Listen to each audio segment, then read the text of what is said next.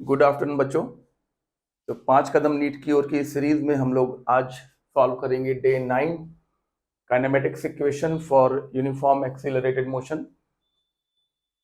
बात इस हेडिंग की नहीं है, एक्चुअली बात यह है कि हेडिंग तो इसलिए डाली जाती है कि आप जब डीपीपी को देखें, जब किसी डे 9 या डे 8 को देखें तो आपको ये अंदाजा रहे कि किस प्रकार के क्वेश्चन देखने को मिलेंगे। बेसिकली मेन बात तो ये है कि आप हर चैप्टर के क्वेश्चंस लगातार देखते रहें, लगातार उनके सोल्यूशन देखते रहें, अपने क्वेश्चन सॉल्व करते रहें। मेन बात तो यही होती है।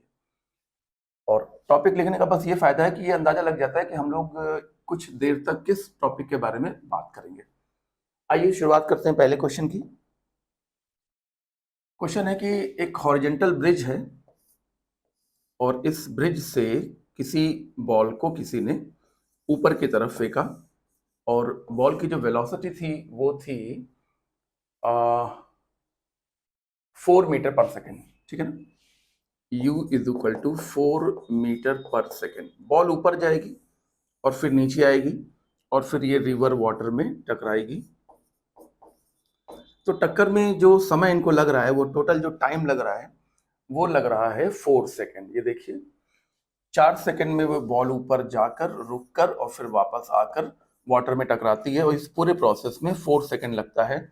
तो हमें इस ब्रिज की हाइट फाइंड करने को कहा जा रहा है, ठीक है ना। ये ब्रिज है और हमें इसकी हाइट फाइंड करने के लिए कहा गया। तो जैसा कि मैंने आपको क्लासरूम में पढ़ा था तो बताया था, और ये काफ़ी यूजफुल टेक्निक है। अगर किसी बॉल को ऊपर फेंका जाए और फिर वो बॉल ऊपर से वापस नीचे आए तो ऐसे में इसको -u से नीचे फेंक देना चाहिए और तब हम हाइट या टाइम दोनों कैलकुलेट कर सकते हैं बहुत ही शॉर्टकट मेथड से। तो आइए हम लोग इक्वेशन बनाते हैं, अपोजिट इक्वेशन बनाएं। तो h इज इक्वल टू ये हो जाएगा -ut प्लस हाफ GT² और -4 और इंटू 4 और प्लस ये हो गया हाफ g मतलब 5 एंड t² मतलब 4 का स्क्वायर। तो this is -16 and plus 5 into 16 80 हो गया। So -16 plus 80, so this simply becomes 64 meter. तो देखिए क्वेश्चन कितनी जल्दी सॉल्व हो गया।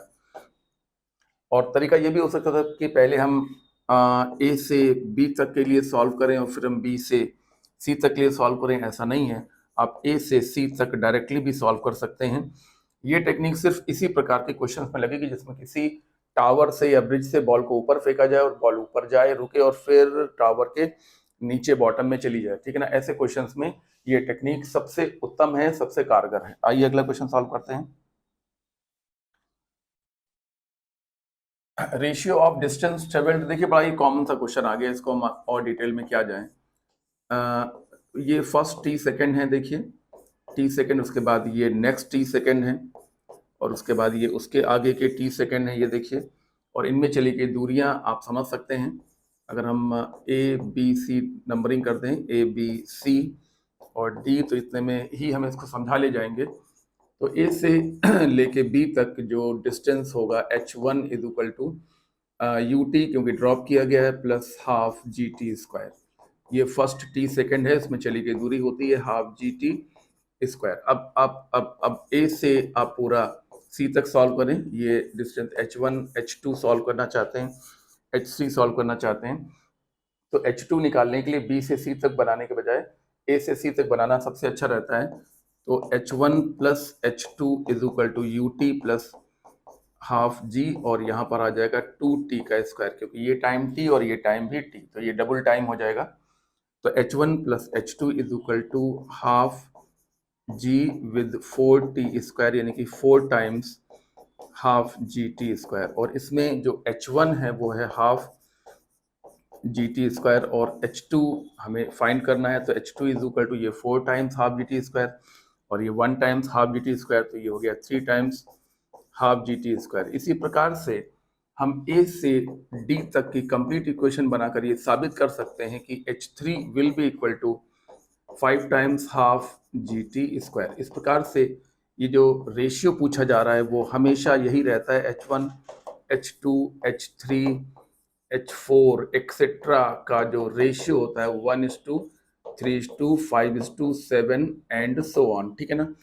ये रिजल्ट सिर्फ तब लागू होता है जब इनिशियल वेलोसिटी 0 हो और एक्सीलरेशन कांस्टेंट हो। जैसे यहाँ पर इनिशियल वेलोसिटी 0 है और एक्सीलरेशन कांस्टेंट है, तो ऐसे केसेस में हमारा ये रेशियो होता है। आइए अगला क्वेश्चन देखें। A ball is thrown vertically downward with velocity of 20 meter per second.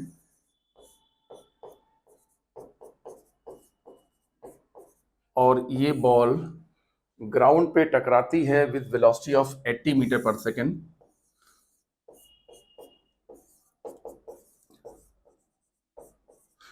For 20 metre per second से थ्रो किया गया और 80 मीटर पर सेकेंड से जमीन पे टकराती है। तो क्वेश्चन है कि कहाँ, जिस टावर से इसको फेंका गया उसकी हाइट क्या है। तो ये तो एक सिंपल थर्ड इक्वेशन से सॉल्व हो जाएगा। V square is equal to u square plus 2GH। देखिए मैं आपको बताऊं, क्वेश्चन चाहे फर्स्ट इक्वेशन से ही सॉल्व हो जाए या सेकंड इक्वेशन से या थर्ड इक्वेशन से ही सॉल्व हो जाए, लेकिन अगर आपकी प्रैक्टिस नहीं है तो आपको उसको सॉल्व करने में टाइम लगेगा। आपको ये सोचने में टाइम लगेगा कि हम थर्ड इक्वेशन लगाएं या फर्स्ट इक्वेशन लगाएं या सेकंड इक्वेशन लगाएं। इसलिए मेरा कहना है कि रेगुलर प्रैक्टिस होना चाहिए, चाहे कोई भी स्टूडेंट हो। अगर वो तैयारी कर रहा है तो रेगुलर प्रैक्टिस में उसको रहना बहुत जरूरी है, क्योंकि सिर्फ नॉलेज से पेपर को अच्छा नहीं किया जा सकता, सिर्फ नॉलेज से नंबर नहीं बनाए जा सकते। जिसकी प्रैक्टिस होगी वही नॉलेज का सही इस्तेमाल कर सकता है। तो इस तरीके से हमने थर्ड इक्वेशन से इसको सॉल्व करने का प्रयास किया है। ये हो जाएगा 80 का स्क्वायर और ये हो जाएगा 20 का स्क्वायर, ये देखिए, और 2G मतलब 20 और टावर की हाइट H। तो यहाँ जब ये 400 इधर आएगा तो बचेगा 6000 is equal to 20H। So H will be equal to 6000 upon 20, ये 0 कैंसिल कर दीजिए, 600/2 यानी कि 300 मीटर टावर की हाइट है। ठीक है ना। तो थर्ड इक्वेशन से ये क्वेश्चन डायरेक्टली सॉल्व हो जाएगा। आसान क्वेश्चन है, लेकिन प्रैक्टिस रहेगी तो आसान क्वेश्चन और जल्दी सॉल्व होगा, और जो अच्छा क्वेश्चन होगा वो भी आप अटेम्प्ट कर सकते हैं, लेकिन प्रैक्टिस का होना जरूरी, जैसा कि हम बार बार कह रहे हैं आपसे। अगला question, a particle is thrown vertically upward with initial velocity of 9 metre per second from the surface of earth. ठीक है ना। The time taken by the particle to reach the height of 4 metre from the surface second time. एक बहुत अच्छा question है, बिल्कुल बहुत ही बढ़िया क्वेश्चन है। पार्टिकल को 9 मीटर पर सेकेंड से थ्रो किया गया ऊपर की तरफ, और ये एक पर्टिकुलर हाइट पर 2 बार देखा जाएगा, एक बार जाते वक्त और एक बार जाकर आते वक्त। ये देखिए, ये पर्टिकुलर हाइट है। ठीक है ना।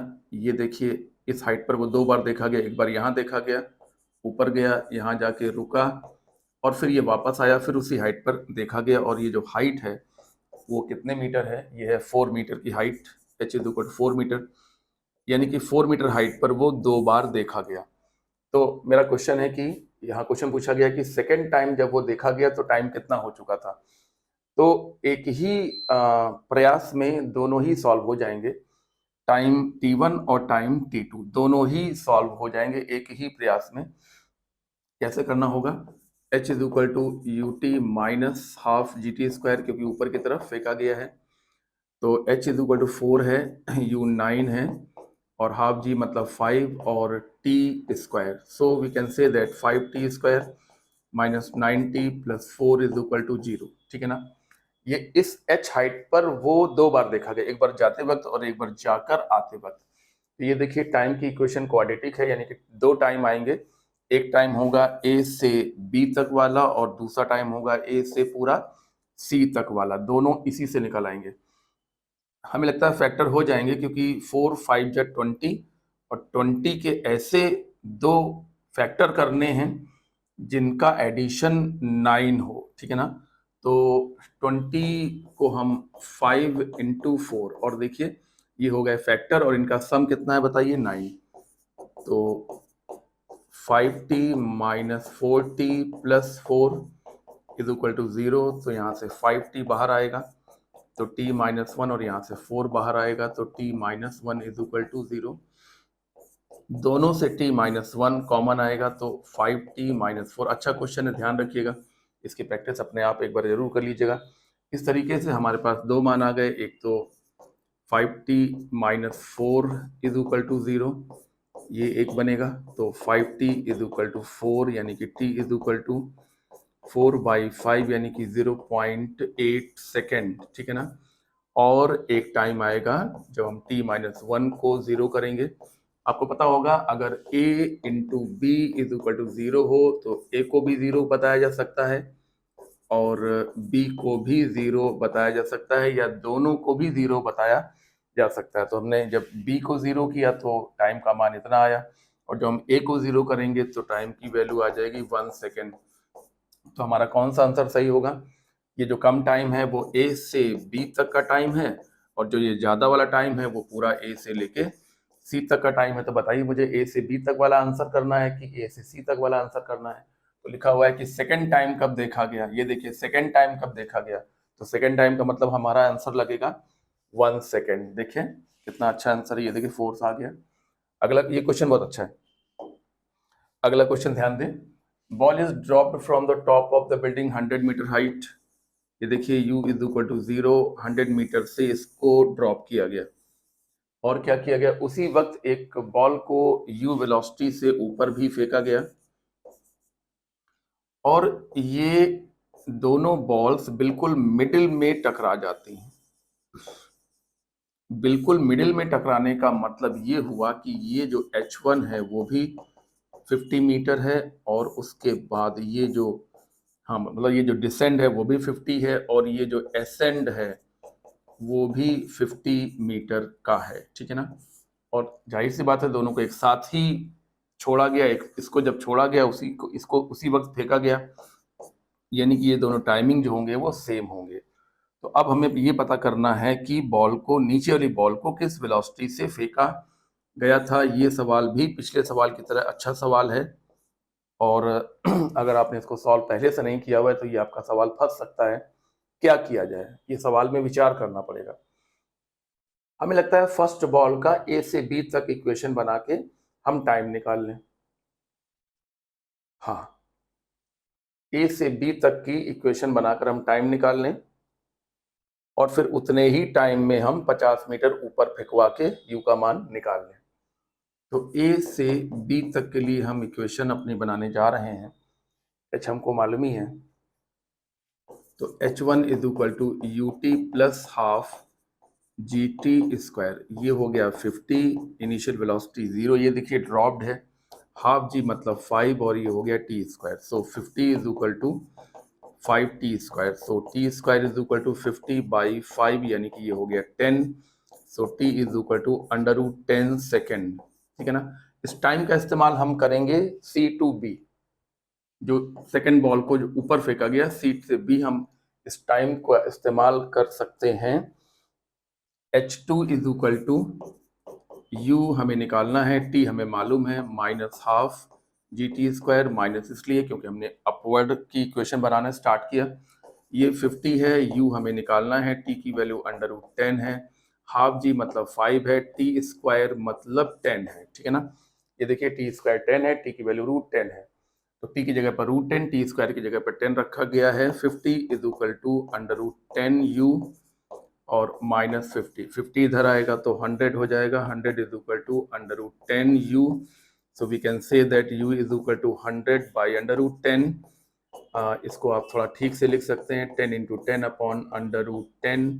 रूट 10 से रूट 10 कैंसिल करके आप 10 रूट 10 आंसर बनाएंगे, और रूट 10 का मतलब हो गया 3.16, 10 का मल्टीप्लाई हो गया तो ये आ गया 31.6 मीटर पर सेकेंड। बहुत ही बढ़िया क्वेश्चन है, इसको भी आप अपनी प्रैक्टिस में ले लीजिए। क्वेश्चन ये था कि एक बॉल को ड्रॉप किया गया, दूसरी बॉल को नीचे थ्रो किया गया, और दोनों पूरी हाइट के मिडिल में टकरा गए। पूरी हाइट 100 है, मतलब जो हाफ हाफ हाइट है वो ये 50 है और ये भी 50 है। तो हमने ए से बी तक के लिए टाइम निकाल लिया, और वही टाइम ये होगा और वही टाइम ये होगा, ठीक है ना। तो अब हमने सी से बी तक उसी टाइम का इस्तेमाल करके और h2 का इस्तेमाल करके u की वैल्यू को फाइंड किया।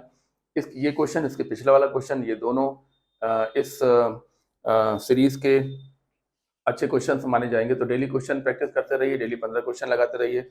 डेली जो डे सीरीज चल रही है 5 कदम नीट की, और इसको रेगुलर देखते रहिए, और हम ऐसे ही रेगुलर वीडियो आपको बनाते रहेंगे, और आप इसको आप फायदा उठाते रहिए। तो आपको नीट में जो आपका पेपर होगा वो डेफिनेटली नॉर्मल पेपर नहीं होगा, अच्छा पेपर होगा आपका, लेकिन आपको रेगुलर लगे रहना पड़ेगा, ठीक है।